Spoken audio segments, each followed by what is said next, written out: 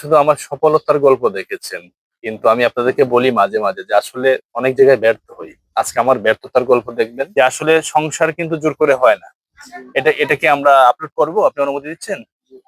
বলেন একটু। জি, আমি অনুমতি দিতেছি। আসসালামু আলাইকুম। আমরা এইমাত্র ওই যে মেয়ের বাড়িতে এসেছি। এটা হচ্ছে মেয়ের বাড়ি। আমরা চেষ্টা করব স্বামী স্ত্রীকে মিলিয়ে দেওয়া যায় কিনা, যদি আল্লাহ পাক কবুল করে। কি বলেন ভাই? এটা ভালো জিনিস না? মেয়ের বাড়ি। বাড়িটা একটু দেখাবো।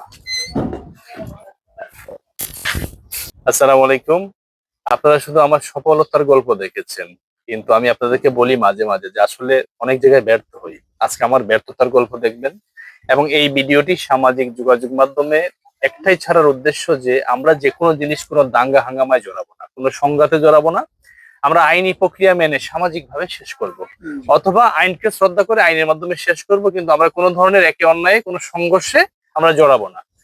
তো আপনাকে বলছি, আমরা এই ভিডিওটি সামাজিক যোগাযোগ মাধ্যমে আপলোড করছি, হ্যাঁ, মানুষকে মেসেজ দেওয়ার জন্য যে আসলে সংসার কিন্তু জোর করে হয় না।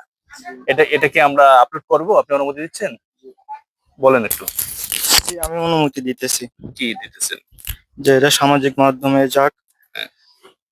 সবাই জানুক যে আমি কোনো ভুল সিদ্ধান্ত নিতেছি না। আমি আপনাদের সাথে আচ্ছা, আপনি কি সংসার করতে চান? যে আমি সংসার করার জন্য আপনি আমি অনেক চেষ্টা করছি। সবকিছু, আমি যেটা বলি সেটা বলবেন। আপনি সবকিছু মেনে সংসার করবেন? জি, করতে চান? জি, আচ্ছা, উনি সংসার করতে চায়। তো আমরা প্রায় দীর্ঘ 1 থেকে দেড় ঘন্টা বোঝানোর চেষ্টা করেছি, কিন্তু আসলে ওনাদের পারিবারিক কলহটা এমন একটা পর্যায়ে চলে গেছে, মানে খুবই তিক্ততা। আমরা অনেক চেষ্টা করেছি দুইটা পরিবারকে বোঝানোর। মেয়ের বাবা প্রবাসী, ওনার সাথেও কথা বলেছি, ওনাকে অনেক অনুরোধ করেছি, কিন্তু ওনাদের একটাই কথা, মেয়েকে সংসার করাবেন না।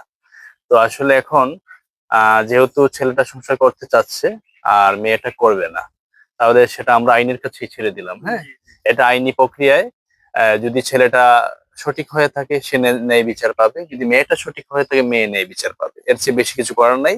কিন্তু আমি ভিডিওটি এই জন্য আপনাদেরকে দেখালাম যে আসলে আজকে ব্যর্থ হয়েছে, এই ব্যর্থ গল্পটা আপনারা দেখবেন। আর এটাও জেনে রাখবেন যে আসলে স্বামী স্ত্রী যদি মনের অমিল হয়ে যায়, অথবা একবার যদি সন্দেহ তৈরি হয়ে যায়, ওই সংসারের জোড়া লাগানোটা খুব কঠিন হয়ে যায়। কিন্তু তারপরও ওনার খুব একটা আশা ছিল যে আমি আসলে হয়তো হয়ে যেতে পারে, সেই জায়গা থেকে আমি এসেছি, অনেক চেষ্টা করেছি, তাই না? চেষ্টার কোনো ত্রুটি করি নাই।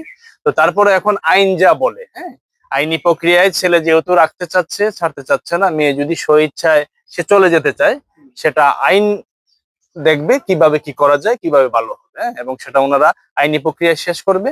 আমরা চেষ্টা করেছি, কিন্তু আমি ব্যর্থ হয়েছি। সবাই ভালো থাকবেন। আসসালামু আলাইকুম।